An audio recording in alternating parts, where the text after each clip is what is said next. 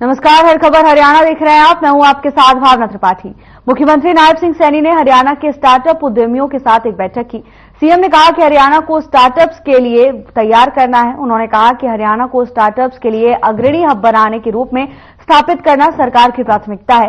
वित्त वर्ष 2025-26 के राज्य बजट में स्टार्टअप को बढ़ावा देने के लिए कई योजनाएं बनाई जाएंगी। अगले 6 महीने में हरियाणा में पर्यटन को बढ़ावा देने पर विशेष फोकस होगा। इसके साथ ही उन्होंने कहा कि स्टार्टअप उद्यमियों ने सरकार की पहल का स्वागत किया। बैठक में सहकारिता और पर्यटन मंत्री डॉक्टर अरविंद शर्मा भी मौजूद रहे।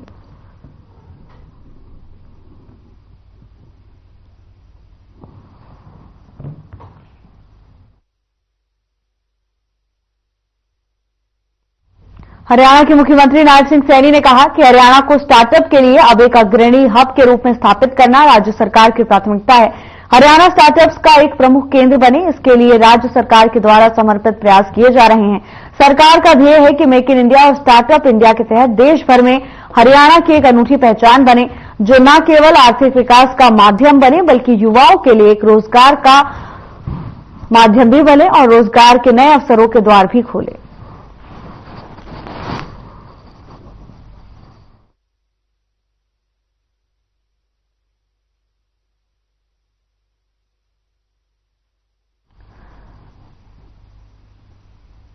स्टार्टअप इंडिया के तहत मुख्यमंत्री नायब सिंह सैनी प्रदेश में 6 महीने में हरियाणा को अग्रणी हब बनाने के लिए प्रयासरत हैं और इसी को लेकर उन्होंने एक मीटिंग का आयोजन भी किया, जिसमें तमाम अधिकारीगण और मंत्रीगण भी मौजूद रहे। इस दौरान उन्होंने कहा कि हरियाणा में स्टार्टअप्स को खोलने के लिए नई नीतियों को लागू किया जाएगा, जिससे यहां पर रोजगार मुहैया कराया जा सके।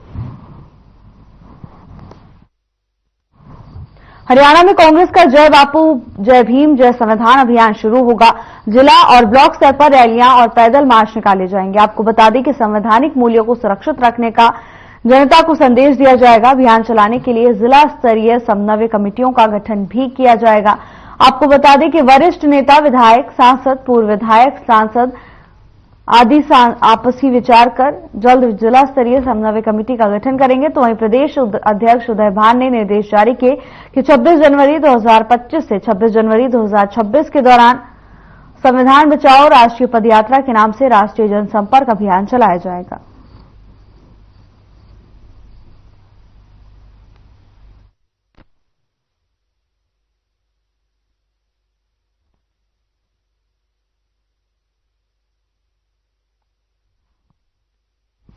नववर्ष के मौके पर हरियाणा आईएएस ऑफिसर्स एसोसिएशन की ओर से दोपहर भोज का आयोजन किया गया, जिसमें राज्यपाल बंडारू दत्तात्रेय और मुख्यमंत्री नायब सिंह सैनी ने बतौर विशिष्ट अतिथि शिरकत की।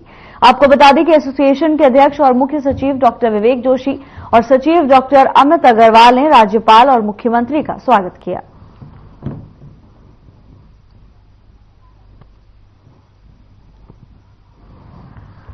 चंडीगढ़ में आईएएस ऑफिसर्स एसोसिएशन की तरफ से दोपहर भोज का आयोजन किया गया, जिसमें हरियाणा के राज्यपाल बंडारू दत्तात्रेय पहुंचे। तो वहीं मुख्यमंत्री नायब सिंह सैनी ने भी दोपहर भोज में शिरकत की। इस दौरान उन्होंने अधिकारियों से बातचीत की। तमाम अहम मुद्दों को लेकर इस दौरान चर्चा हुई। दोपहर भोज में मुख्यमंत्री नायब सिंह सैनी पहुंचे। राज्यपाल का भी जोरदार स्वागत किया गया। तो वहीं सचिव और मुख्य सचिव भी इस भोज में शिरकत करने के लिए पहुंचे। इस दौरान राज्यपाल बंडारू दत्तात्रेय ने अधिकारियों को संबोधित किया। तो वहीं मुख्यमंत्री नायब सिंह सैनी ने भी अधिकारियों से बातचीत की। तमाम अहम मुद्दों को लेकर इस भोज के दौरान चर्चा की गई। कानून व्यवस्था से लेकर हर पहल पर बातचीत की गई। एवं किसान कल्याण मंत्री श्याम सिंह राणा बीते शनिवार केंद्र कृषि एवं किसान कल्याण मंत्री शिवराज सिंह चौहान के द्वारा सभी प्रदेशों के कृषि और किसान कल्याण मंत्रियों के साथ प्री बजट पर आयोजित कृषि और उद्यान विषय पर सुझाव बैठक में वीडियो कॉन्फ्रेंस के माध्यम से जुड़े। उन्होंने कहा कि बागवानी को बढ़ावा देने के लिए इसमें 40 से 50 हेक्टेयर के छोटे क्लस्टर बनाने की जरूरत है और साथ ही बागवानी किसानों के बागों की फेंसिंग के लिए योजना बनाकर अनुदान किया जाए ताकि बागों को नुकसान न पहुंचे। इसके साथ ही उन्होंने ये भी कहा कि प्राकृतिक खेती की फसलों के लिए मंडी को बनाया जाए और इन्हें फसल टेस्टिंग की लैब को लगाया जाए ताकि प्राकृतिक खेती को प्रामाणिकता का पता चल सके। कृषि मंत्री ने कहा कि हरियाणा राज्य हरित क्रांति में अग्रणी रहा है। कृषि क्षेत्र की वर्तमान मांग प्राकृतिक खेती में अग्रणी रहेंगे। इस दौरान प्राकृतिक खेती पर राष्ट्रीय मिशन को मंजूरी देने के लिए धन्यवाद करते हुए उन्होंने कहा कि खाद्य पदार्थों की गुणवत्ता में सुधार करने में मील का पत्थर साबित होगा।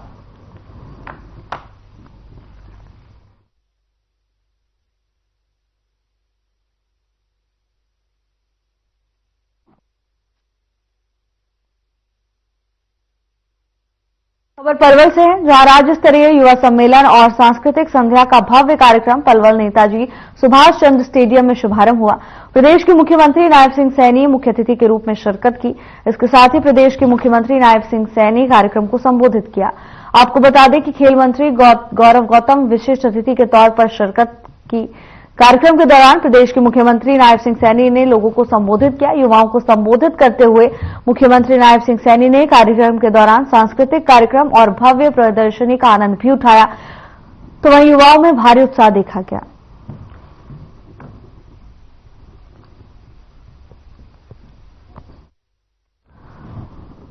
पलवल में राज्य स्तरीय युवा सम्मेलन का आयोजन किया गया, जिसमें हरियाणा के मुख्यमंत्री नायब सिंह सैनी ने शिरकत की। तो वहीं कार्यक्रम के दौरान तमाम विभिन्न कार्यक्रम प्रस्तुत किए गए जो आकर्षण का केंद्र रहे।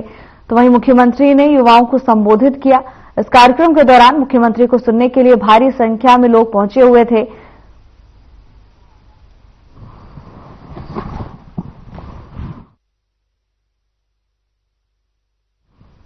खबर चंडीगढ़ से है, जहां नई ह्यूमन रिसोर्स मैनेजमेंट सिस्टम प्रशासनिक नीति 2024 के अधिसूचना का नोटिफिकेशन राज्यपाल की तरफ से जारी कर दिया गया है।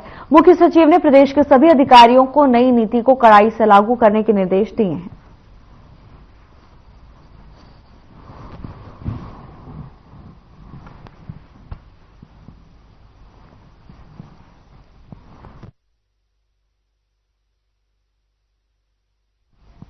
मिजोरम के राज्यपाल जनरल वीके सिंह भिवानी के देवसर धाम पहुंचे और देवसर धाम पर उन्होंने मां भगवती का आशीर्वाद दिया। इसके साथ ही इस अवसर पर अनेक संगठनों के द्वारा उनको सम्मानित भी किया। वहीं नेताजी सुभाष चंद्र बोस युवा जागृत सेवा समिति ने अपने पर्यावरण और सड़क सुरक्षा अभियान की शुरुआत महामहिम राज्यपाल को पौधा देकर की। पत्रकारों से बातचीत भी की। राज्यपाल जनरल वीके सिंह ने कहा कि देश चारों तरफ से सुरक्षित है और बांग्लादेश में भी अब हालात सुधर रहे हैं, शांति का माहौल बना हुआ है। इसके साथ ही उन्होंने कहा कि प्रधानमंत्री नरेंद्र मोदी के नेतृत्व में देश चारों तरफ से सुरक्षित है। इसके साथ ही उन्होंने कहा कि 2025 में देश में और तरक्की होगी और प्रधानमंत्री देश हित में सोच रहे हैं। आने वाले समय में देश में और अधिक अच्छा समय देखने को मिलेगा।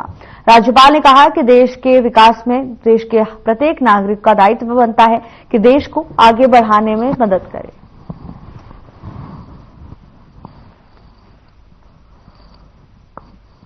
देवी है, दर्शन करने जरूरी है, क्योंकि कई बार जल्दी आ जाते हैं, कई बार देरी लग जाती है।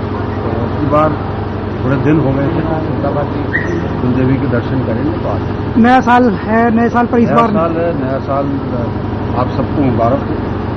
2025 आप भी प्रगति करें, देश भी प्रगति करें। अगर देश की सीमा की सुरक्षाओं की बात की जाए तो आप क्या कहना चाहेंगे? आज बांग्लादेश जैसे इस प्रकार की जो बगावतें खड़ी, बांग्लादेश में कुछ हालात हुए हैं, आशा है कि जल्दी वहां पर सुधार आए। तो देश की सुरक्षा को लेकर के 2025 में क्या मान कर सकते हैं? क्योंकि आपने जो देश की सुरक्षा का तो जितना हम सोचते हैं उतना ही आप भी सोचते हैं। हरियाणा कांग्रेस में बर्खास्त नेता बाल मुकुंद शर्मा का पूर्व मुख्यमंत्री भूपेंद्र सिंह हुड्डा और प्रदेश अध्यक्ष उदय भान पर निशाना साधा।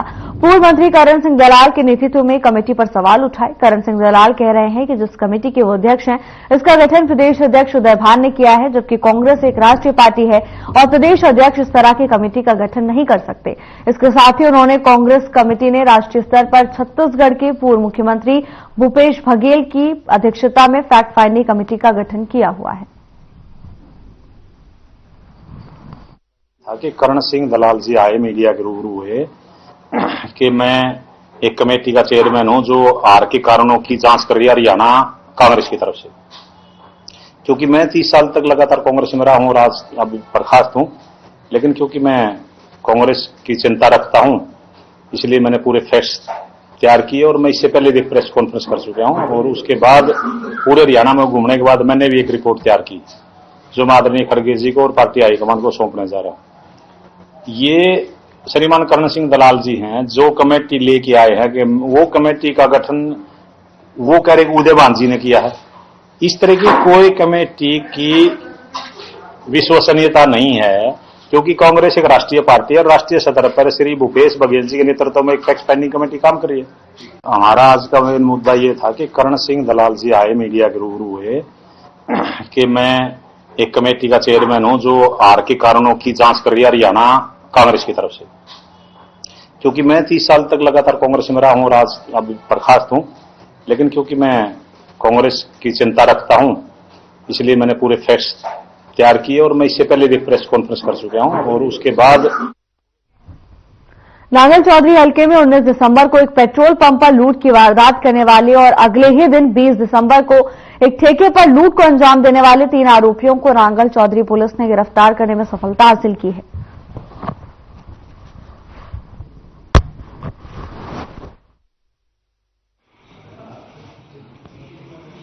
आज नांगल चौधरी पुलिस स्टेशन ने 2 गंभीर प्रकृति के मामलों को सुलझाने में सफलता प्राप्त की है।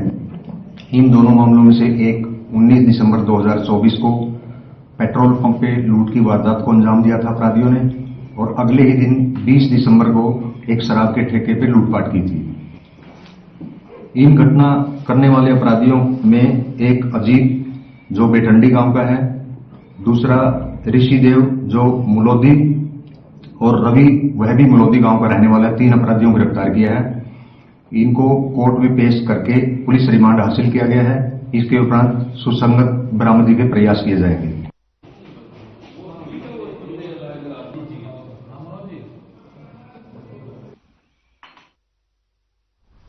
महेंद्रगढ़ की सब्जी मंडी में राष्ट्रीय व्यापार सेवा संघ की बैठक आयोजित की गई। इस बैठक में महेंद्रगढ़ जिले की नई राष्ट्रीय कार्यकारिणी घोषित की गई, जिसमें प्रमोद शर्मा को महेंद्रगढ़ जिले का अध्यक्ष बनाया गया है। इसके साथ ही प्रमोद शर्मा ने अपने जिले की कार्यकारिणी भी घोषित कर दी है। आपको बता दें कि इस मौके पर राष्ट्रीय व्यापार सेवा संघ के राष्ट्रीय अध्यक्ष एडवोकेट भूपेंद्र सिंह ने बताया कि संघ उद्देश्य सभी व्यापारियों को एकजुट करना है। इसके साथ ही उन्होंने बताया कि संघ व्यापारियों को समस्या और आवाज प्रदेश और केंद्र तक उठाना रहता है। तो वहीं इस मौके पर उन्होंने नवचयनित जिला अध्यक्ष प्रमोद शर्मा को बधाई भी दी। इस मौके पर जिला अध्यक्ष प्रमोद शर्मा ने कहा कि उनको जो जिम्मेदारी सौंपी गई है उसको वो बखूबी निभाएंगे। उनकी टीम व्यापारियों की समस्याओं को उठाने में पूरी निष्ठा और ईमानदारी से काम करेगी। इस मौके पर उन्होंने राष्ट्रीय अध्यक्ष, प्रदेश उपाध्यक्ष और प्रदेश महामंत्री का आभार भी प्रकट किया।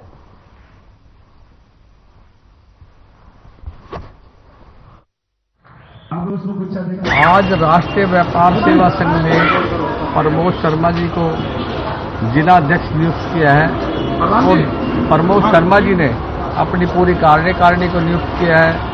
इस अवसर पर मैं प्रमोद शर्मा और उनकी पूरी टीम और सभी व्यापारियों को बधाई देता हूं कि उन्होंने व्यापारियों के कल्याण के लिए एक बहुत अच्छी सोच की पहल की है। राष्ट्रीय व्यापार सेवा संघ प्रत्येक जिले में, प्रत्येक विधानसभा में अपने अध्यक्ष नियुक्त कर व्यापारियों की जो भी समस्याएं होती हैं उनको उठाने का प्रयास करता है और उन संस्थाओं को, उन समस्याओं को स्टेट पर, केंद्र लेवल तक ले जाने का पूरा प्रयास करता है। इसे मैं बहुत गौरवान्वित महसूस करता हूँ। राष्ट्रीय अध्यक्ष जी का, प्रदेश अध्यक्ष जी का, प्रदेश महामंत्री जी का, प्रदेश उपाध्यक्ष जी का बहुत बहुत धन्यवाद, जो इन्होंने मुझे इतनी बड़ी जिम्मेवारी दी है। और इन्होंने जो जिम्मेवारी दी है मैं हर व्यापारी के लिए काम करूंगा और पूरी निष्ठा और ईमानदारी से हर व्यापारी की आवाज इन तक पहुंचाऊंगा। यही मेरा प्रयास रहेगा। पूरी टीम मेरी इस काम में लगी रहेगी। चरखी दादरी लघु सचिवालय में एसपी अर्श वर्मा के निर्देश के अनुसार 3 नए कानूनों के संबंध में अनुसंधानकर्ताओं के लिए 1 दिवसीय प्रशिक्षण सेमिनार का आयोजन किया गया। इस सेमिनार में चरखी दादरी एसपी दिव्यांश सिंगला, डीएसपी मुख्यालय डीएच कुमार और थाना प्रभारी के साथ अनुसंधानकर्ता मौजूद रहे। तो वहीं एसपी दिव्यांश सिंगला ने बताया कि सेमिनार का मुख्य उद्देश्य 3 नए कानूनों के संबंध में थाना प्रभारियों और अनुसंधानकर्ताओं को जानकारी देना था।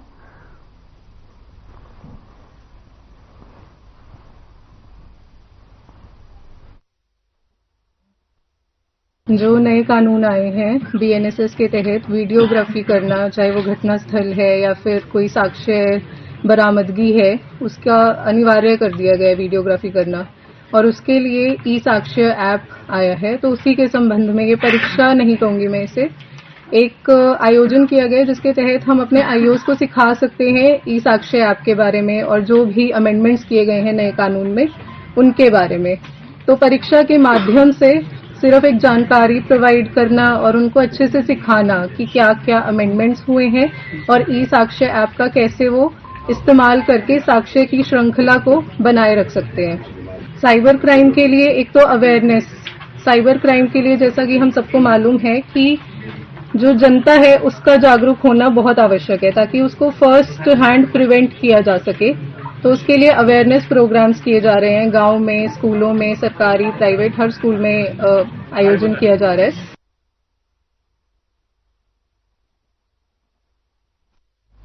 भिवानी में एनटी स्पेशलिस्ट डॉक्टर रुपेंद्र रंगा की अगुवाई में एक अनूठा कार्यक्रम आयोजित किया गया। कार्यक्रम में विधायक घनश्याम सर्राफ मुख्य अतिथि के तौर पर मौजूद रहे। उन्होंने एक ऐसे कैलेंडर का विमोचन किया जिसमें पक्षियों के चित्र थे। इन पक्षियों के चित्र के माध्यम से पक्षियों को बचाने के बारे में लोगों को जागरूक किया गया। तो वहीं पक्षियों को बचाने की इस मुहिम में जिले भर के लोगों को भी जोड़ा गया। आपको बता दें कि कैलेंडर का विमोचन करते हुए विधायक घनश्याम सर्राफ ने संबोधित किया। उन्होंने कहा कि पक्षी आज हमारे पर्यावरण से कम होते जा रहे हैं और हम सबको मिलकर इन्हें बचाने के लिए ऐसी ही मुहिम चलानी होगी जिससे बच्चे और हमारा पर्यावरण सुरक्षित रह सके।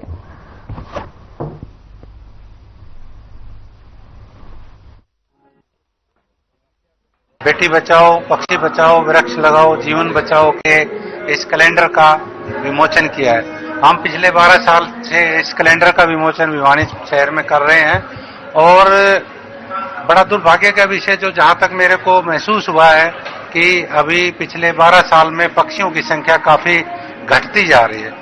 उस घटने के कारण विभिन्न प्रकार के, कई कहते हैं कि 5G से घट गई, कोई कहते हैं पेस्टिसाइड से घट गई, कोई कहते हैं कि ये जो खेतों में खाद दूसरी यूज करते हैं उससे घट गई, कई कहते हैं जो GMO होती है उससे। ये विभिन्न प्रकार की धारणाएं हैं, परंतु धारणा जो भी हो, पर दुर्भाग्य ये है कि पक्षियों की संख्या घटती जा रही है। पक्षी हमारे दोस्त हैं, ये हमारे पर्यावरण को शुद्ध रखते हैं, ये हमारे को बीमारियों से बचाते हैं।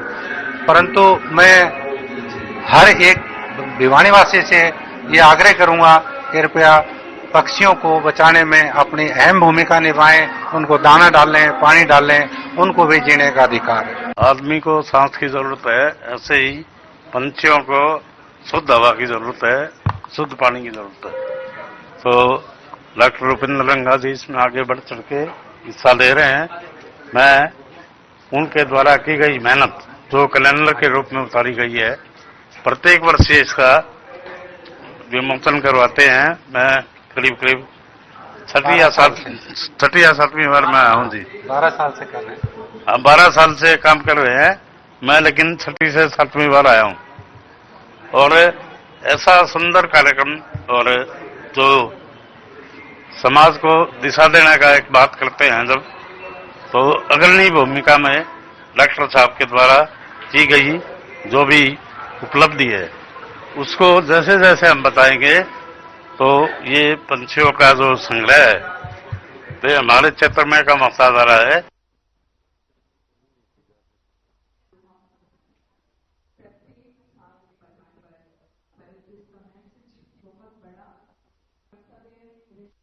फरीदाबाद में चुंगी डबुआ के पास रहने वाली एक महिला कर्मचारी ने कंपनी में आत्महत्या कर ली।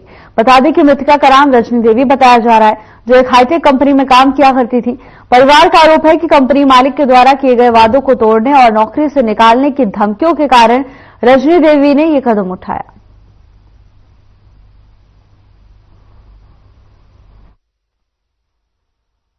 रजनी देवी क्या लगती हैं आपकी?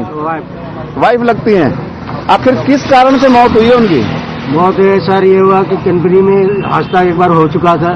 हादसे में वो एक बार काम करते रहा उसने, फिर मालिक ने बोला कि ऐसा करो काम छोड़वा रहा हूँ, काम बंद कर रहा हूँ और काम तुम ऐसे बात कहीं काम कर ले।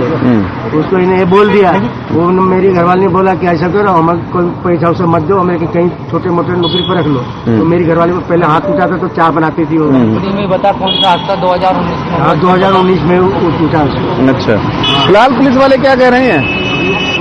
आए नहीं रहे वो, नहीं रहे वाले आए, वो लिखवा के दोस्तों में करके वो लिखवा के मेरे से साइन करवा दिए, करना हो गया कोई बात नहीं। उनको पागल घोषित कर रहे हैं? पागल घोषित कर दिए। ठीक।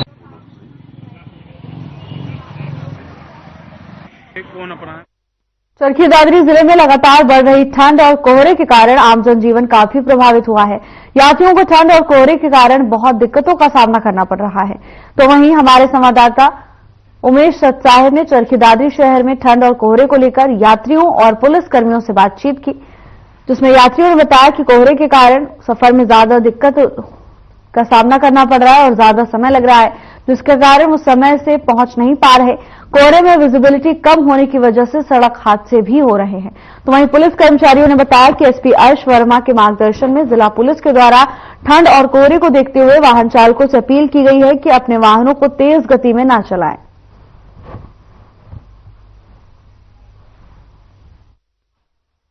आज बहुत ज्यादा धुंध है जी। आज मैं अभी बारडा से आया हूँ बस से, और बस में कुछ भी नहीं दिख रहा था। हमें 1.5 घंटे से 2 घंटे के बीच में लगे हैं और बहुत ज्यादा भयंकर धुंध है। 5 से 10 मीटर के ज्यादा एरिया में मतलब दिखाई दे रहा है बस। कि घर से कम निकले इसलिए इतनी धुंध के अंदर। मैं भी मतलब मेरी शॉप है बारडा, तो वहाँ बहुत ज्यादा दिक्कत आती है आने जाने में। हम सभी से अनुरोध करते हैं, ये चरखी दादरी पुलिस की तरफ से भी अनुरोध करते हैं, जो ड्राइविंग कर रहे हैं रोड पे, वो धुंध बहुत ज्यादा है, सोच समझ के ड्राइविंग करें, स्लो ड्राइविंग करें, और इसमें एक्सीडेंट का बहुत खतरा है। पुलिस की तरफ से सभी से अनुरोध है कि ज्यादा से ज्यादा ड्राइविंग कर रहे हैं लोग वो कम करें, और धुंध के दौरान अपनी गाड़ी को सेफ चलाएं।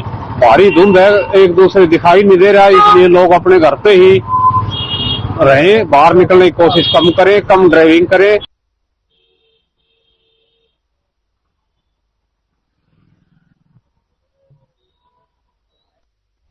फिलहाल के लिए बस इतना ही। अब वक्त हो चला है डॉक्टर राकेश गुप्ता के साथ हमारे खास कार्यक्रम प्लस माइनस का। दोस्तों, आज का विषय हर किसी के मन को